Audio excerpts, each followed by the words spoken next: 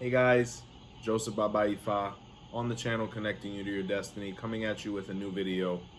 Nana Buruku, the Twisted Mother. And if you haven't had the opportunity, please go ahead and tap on that subscribe button and be sure to turn on those notifications. Video that's been a long time coming, one that's taken a lot of research on my behalf. Definitely nothing short of obscure, right?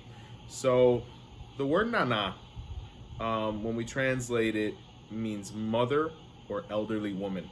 It's a phrase that denotes respect to somebody that's elderly, right? Specifically women.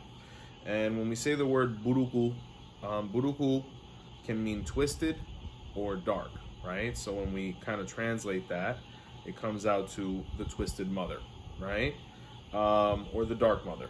But buruku usually means twisted. So when we look at the origin as far as language and tribe and thing like that, some people attribute this title to the Mina of the Togo land or the Yoruba people of Western Nigeria, of course. Colors that are associated with Nana Buruku. Black, pink, light blue, as well as white. The one you're going to see on the necklaces most prominently are going to be the black. And when you see the black beads, you're going to see the famous asalache or like onyx-like beads, right? That are black. Offerings, things that Nana Buruku prefers. Wine is a pretty popular one. Either dry cooking wine or red wine in any of its various forms. There's nothing wrong with a sweet one as well. There is a mixture when you combine 7 of them. It's known as caramanche, right? Which is a colloquial term used for that. But basically, it's 7 different wines mixed together and offered to the deity. She is fond of that. Bawaluaye is also known to take this as well, very commonly. And you're going to see a lot of common things shared between both of these deities because they're so highly associated, and we're definitely going to get into that before the end of the video. So another offering that's very common is Ogedeomini. It's the small bananas that are also offered to Ajay, ironically. It's one of her staple foods. So usually when anything else is given, this is one of the things that's also kind of like an appetizer or, a side, right? Another one that is a staple as well, also a fruit, is the guayaba or guava fruit, right? Amongst all fruits. But the small bananas and the guayabas are staple for her. So we kind of always want to have it incorporated in some form or fashion, right? Even if it's a dressing. Eggs are very popular. With the female deities, you see this pretty commonly. Different types of waters as well, but primarily spring water, right? She's associated with bodies of water in general. Nana Buruku is definitely a water deity by characteristic, and she's said to be the source of all the waters, right? Aside from Olokun, of course, but she's very highly associated with this deity as well, and we'll get into that and all the roles she plays when it comes to like the moon and the ocean in the later information we're going to be sharing. But definitely spring water, maybe some Evian, something like that. But bodies of water in general, lakes, lagoons, the ocean, river, sweet waters, bodies of water in general, right? Animal offerings. With something like this, with this deity, you're really going to want to refer back to your lineage because based on my study, based on seeing paperwork from various sources, it's really mixed. You're going to hear some people say she gets female animals. You're going to get some people that say, she can only be offered masculine animals. Some people say her animals should be white. Some people say her animals should be black, kind of like how Bawaluaye likes them. You have to refer back to your lineage because this is a deity that is very obscure and very lineage based. So you always want to refer back to that because I really can't sway myself one way or the other. But worst case scenario, she accepts everything, which makes a lot of sense based on the position and rank that this Orisha has amongst all of them, right? It wouldn't be hard to believe that she'd be willing to accept anything, right? And she has, even within her feminine characteristics, very masculine ones as well. She can be very aggressive, very potent, very vicious. So it makes sense why possibly even, masculine animals will be accepted. And we even see this phenomenon with Yemoja, right, or Yemaya, where she actually accepts masculine animals based on her affiliation and relationship with Shango. So not uncommon. So refer back to your lineage, definitely. when we're talking about any of the offerings, they should be served in clay pots and with wooden utensils. And the reason being is because of the issue she had with her son Ogun, of whom sometimes she is viewed as his mother. Because of Ogun being associated with iron, metal became a taboo for her, to the point where when we even perform sacrifices for this Orisha, in some lineages, they do it with a stick made out of bamboo or a knife made out of bamboo, because she cursed iron or any type of steel or metal after, Ogun disrespected her, unappreciated, or wasn't appreciative of the blessings that she provided to him. And because of it, it got so deep, and she was so ashamed by the issue she had with her son Ogun, that she actually left Yoruba land, right? And this is why Nana Buruku is an Orisha that is associated with other parts of Africa and other tribes, right? You could see, because of this excursion, she's, or archetypes of her are worshipped by the Mina of Togoland, the Ijesha, or more popularly known Iesa tribe, as well as the Ashanti as well. So definitely a concept and an archetype and an energy that's seen throughout Africa, based on this occurrence where she went traveling and really expanded her following, right? She's also seen sometimes as the mother of Oshun, whom she gave the rivers to, even though Oshun governs the rivers and all of the other, feminine deities do. Nana Buruku is seen as the source, or the real actual owner of the rivers, of which she allows her daughters, which are the various feminine deities, to kind of maneuver for her, right? She's said to be as old as time. When we're talking about a title such as Nana, ironically, even in the New World, I've heard people call their grandmother Nana, right? It denotes that she has been around and she is a feminine source, especially for all the other deities that came, right? Some people say she was present at the dawn of existence. It goes back that far, just denoting once again her elderliness, right? She's associated with creative power because of this. When people want to create things or people want to make things manifest, Nana Buruku is a great deity to invoke, and she's known for making the impossible happen, right? Especially for women in general, or especially when women are having fertility issues or issues with being able to conceive. They ask Nana Buruku to be able to help them do this, so that one day they can ascend to that same level of maternity that Nana Buruku has, right? Her spirit animal is the snake, right? When we look at the snake, it's actually a symbol in African mythology for health, for longevity, for immortality. But even more so within the mythology of Ifa, it's actually associated with leprosy. If you look at the Odu of Baba Ifa, it speaks of when the snake went through its radical transformation of actually having limbs and appendages and actually smooth, very healthy skin, to not performing at Bo, and because of it losing its limbs by way of contracting leprosy, and thus having the markings on its skin that it does till this day. And even the movements are, resemblant of somebody with very advanced stages of leprosy, the convulsions and things like that come with it.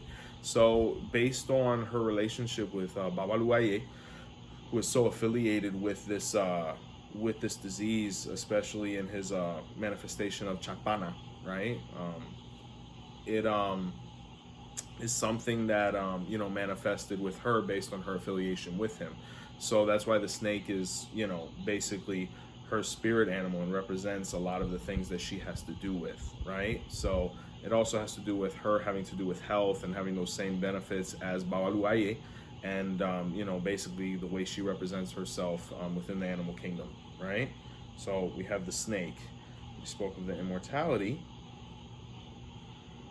So when we're talking about the leprosy and the way Bawaluaye contracted it, or Nana Buruku contracted it, some people blame each of them for each other's situation. There's versions where Nana Buruku is actually seen as Bawaluaye's wife and possibly the person he infected or that infected him. So in that case, it makes sense why they would have each other's situation, because they interacted on that level. Now, mind you, it is said that after this occurrence happened, Nana Buruku was the one that actually accompanied Bawaluaye to the land of Benin to be able to actually go through his transformation into Azohano, right? Or he who had the strange medicine or miraculous medicine to actually cure himself and his wife and begin his kingdom over there, where you see deities like Nanu and possibly Nanwe and all these Afra and all these different guys when they really translated over there and really started a whole new life, even though they're the same archetypes. Now, in some versions, she's seen as his wife. In the case of Asoji or Asoyi, I have seen paperwork that says, that Nana Buruku was his mother in that manifestation. And possibly she was the grandmother of the rest of the Babaluayes, right, or paths. Now, mind you, this kind of information is going to be somewhat convoluted because in mythology, and especially after processes of reincarnation, your wife in one life could be your mother in the next and your daughter in the previous. So that's why you see all these different relationships. So by seeing all these different interactions between all of these people or characters through various processes of reincarnation, they had to repetitively or repeatedly come in contact with each other to be able to elevate by helping each other to their goals to ultimately become Orishas. That's why you see the various relationships between Nana and Babaluaye and Nanu and all these different characters, right, that were constantly around each other.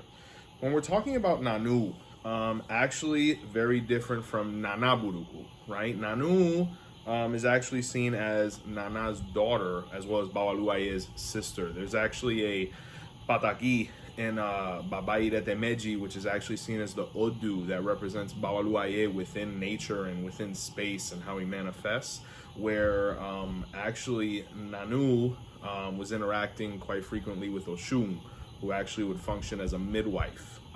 There's versions where Oshun wanted to have children and Obaluaye wouldn't allow her to because he was jealous of her or they had conflict. There's other versions where she was a midwife, but she wasn't given the opportunity to practice her function at capacity because Babaluaye hadn't received the offerings from her that he wanted or didn't want to see her fulfilled.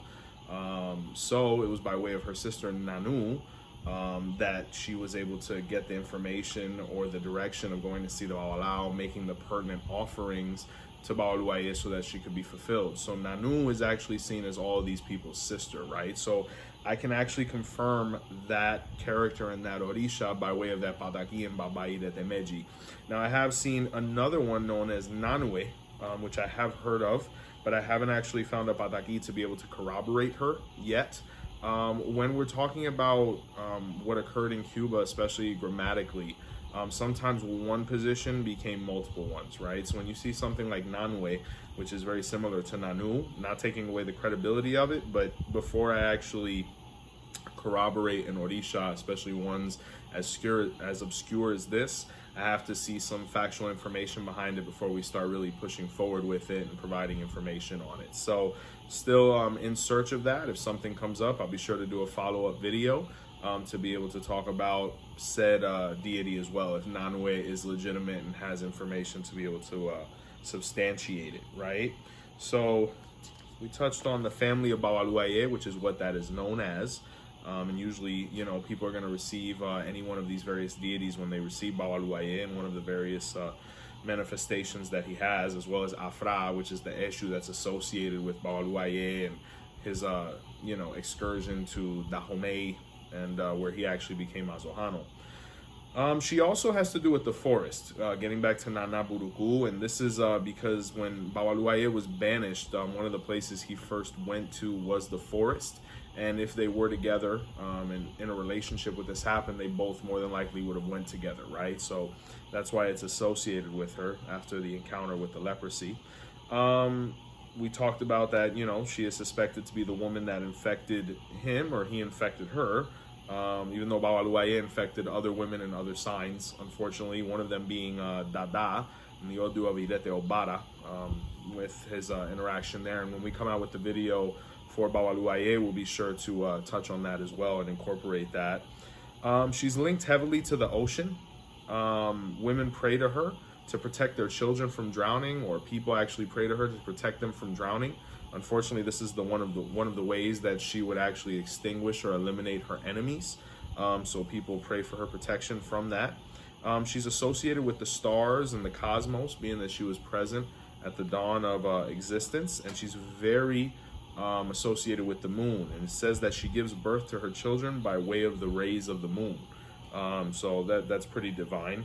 right? And she has a lot to do with the movement of the waves, the feminine influence of the ocean. Once again, her interaction with Olokun, and Olokun actually bestowing upon her all the waterways, and him actually gifting them to her, and her kind of dispersing them amongst the feminine Orishas who are seen as her daughters, right? Oba, Yemaya, etc. She is the embodiment of the sacred feminine. We're talking about a deity that might have been the first feminine deity, where I've actually seen literature where she's even associated sometimes as being a feminine version or path of Obatala. I haven't found enough information to really concrete that for me, but it is interesting to say the least. But she definitely doesn't fit the diva mode. Nana Buruku is a very stern, very intense, very strict Orisha, and she's really no nonsense. So she really, even though she takes care of herself, she's really not focused on the aesthetics of things. She's very much a rustic deity. She can be crowned. I have heard of her having initiates in Nigeria. I recently saw some documentation that spoke of the crowning process of this Orisha. Complicated and beautiful at the same time. Very uncommon. I haven't heard of one of these things happening in a very, very, very long time. I definitely wasn't around when it occurred. So it's definitely uncommon, but it is possible, right? When we speak of Nana Buruku, she's obviously a queen. I saw some information that says that her crown is adorned with cowries and confectioned with swan feathers. So once again, the color white is very, affiliated with her. And, this is a bird that's actually affiliated with her as well. Another spirit animal would be the swan, right?